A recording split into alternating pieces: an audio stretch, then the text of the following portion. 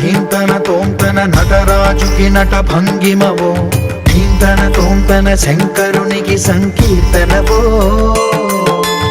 ఈశ్వరుడే అనునిత్యం తనలో తలచుకునే ఓంకారమువో, శివ హృదయం కరిగించే ఆ పంచాక్షరివో.